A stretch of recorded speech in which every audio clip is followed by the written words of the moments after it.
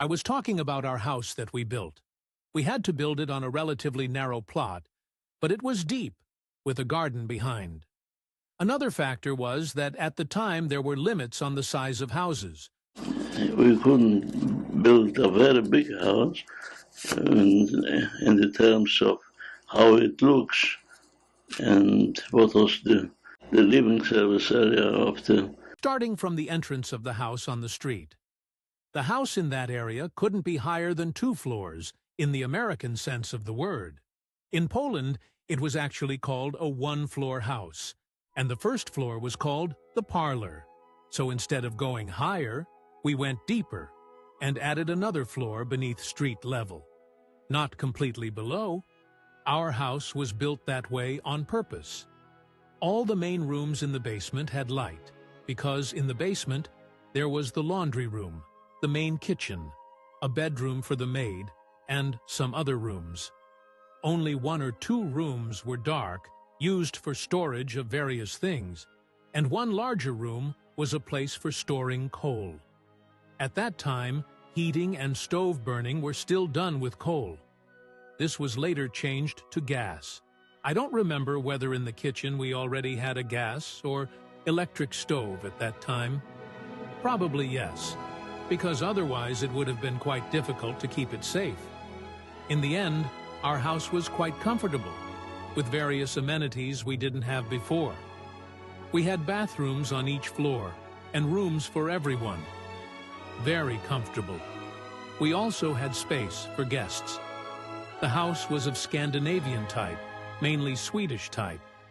We also needed special furniture for the house because we couldn't bring the furniture from our old apartment. At least, not most of it.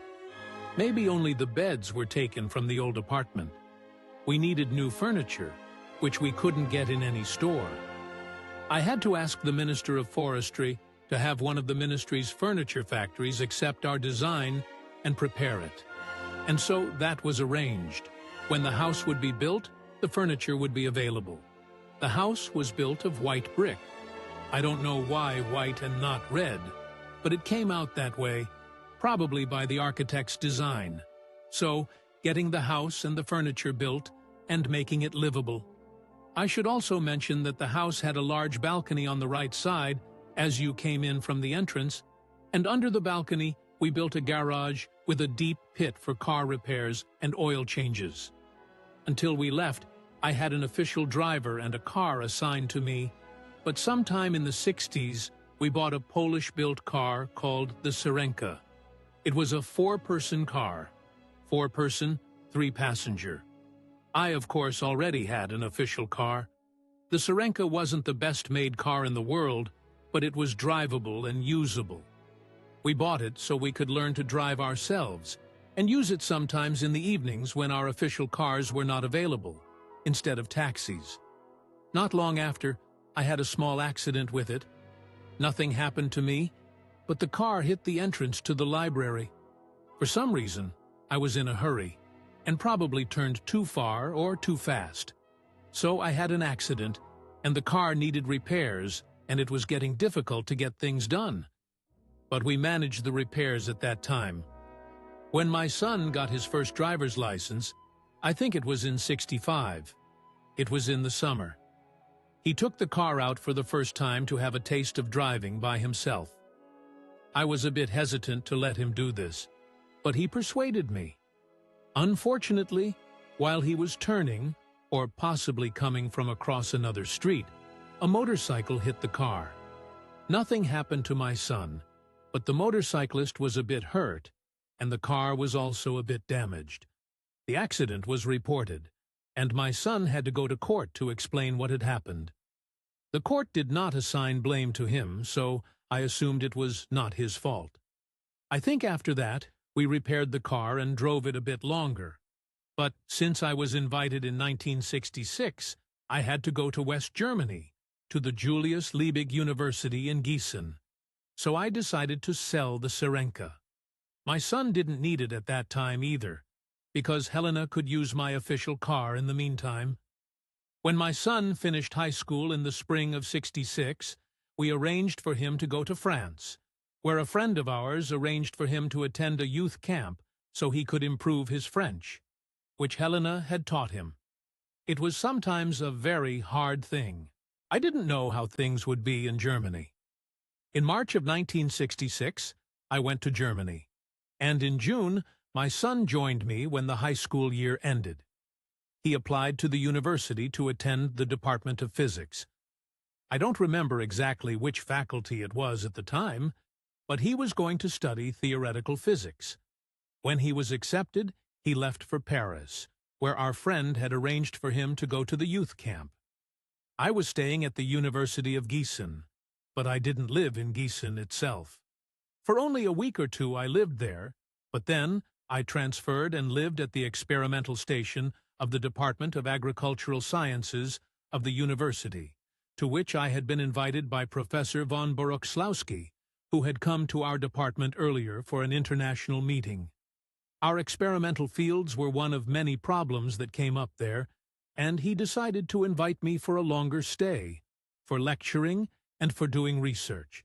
He also arranged a monthly salary for me for that time, with which I could live and save some German marks to buy whatever I needed. I also got a promise from him that during my stay I would visit other institutions in West Germany. I already knew many of them from my earlier visits to the western part, before I went to Darmstadt, but I think I hadn't yet seen all the ones in the northern part. I had seen more in the southern and central parts of West Germany, because, at that time, the capital of West Germany was still Bonn. I stayed in Gießen for about 6 months, and then I asked my son to come to me. In Bavaria, I saw a used Volkswagen for sale, not a new one.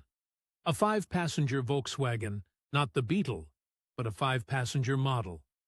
I went to the car dealer and arranged a price with him, and said I would come back for the car in about a month, if he could keep it in reserve for me. I told him where I was and what I was doing. He agreed to keep it. I left him a deposit, because I couldn't write a check at the time. I had a checking account, but I didn't have enough money in it, though I would in a few months. In the meantime, I had to write to my sister-in-law in Canada to lend me $300, and with that money plus what I had accumulated, I was able to buy the car. Once I had the car, the department helped me. My professor had a private driver bring the car over. He was afraid I wouldn't be able to drive it myself on the very busy highway, so I didn't insist on driving it, and I went with his driver. We brought it back to the special dormitory for the experimental station. The professor, by the way, was also living close by, in his house there, and we both went each day by his car to Gießen, to the apartment, except for the days when I stayed at the station.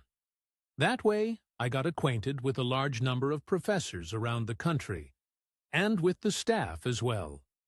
When the time to leave was getting close, and my son was still in France, I asked him, when he finished the youth camp, to come to Gießen so we could go home together and drive the car back.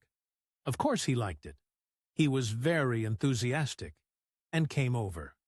Before we left, we also drove from Gießen to Zurich, Switzerland, because I had to meet the acting head of the International Center for Fertilizers, where I was at the time a rotating director.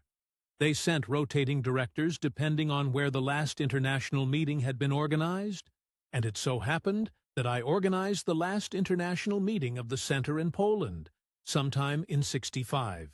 So, for the 2 years, '64 or '65, and later, I was the chairman of the center, and I also became an honorary member of the center thereafter. We went there for a celebration, and when we were there, my son had brought Polish neckties that were handmade by mountaineers in the mountainous region of Poland. One of the professors there, I think it was the acting director of the center, liked them very much, and asked my son to exchange his tie for the Polish tie. So they exchanged ties, and that is one of the things I remember from that visit to Zurich. Of course, in Zurich we also visited one of my co-workers' friends, whom I had visited many times before and afterwards. And I visited other scientific institutions of agriculture. I don't know whether I also went to Geneva that time. I was being followed there, probably.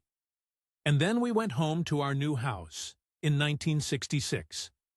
At the end of 66 and the start of 67, things began to change in Poland quite a lot. There were things I didn't like, but at the beginning, they were not yet very pronounced. They became more pronounced in 67 and 68. But this is a new chapter, and I had better stop now.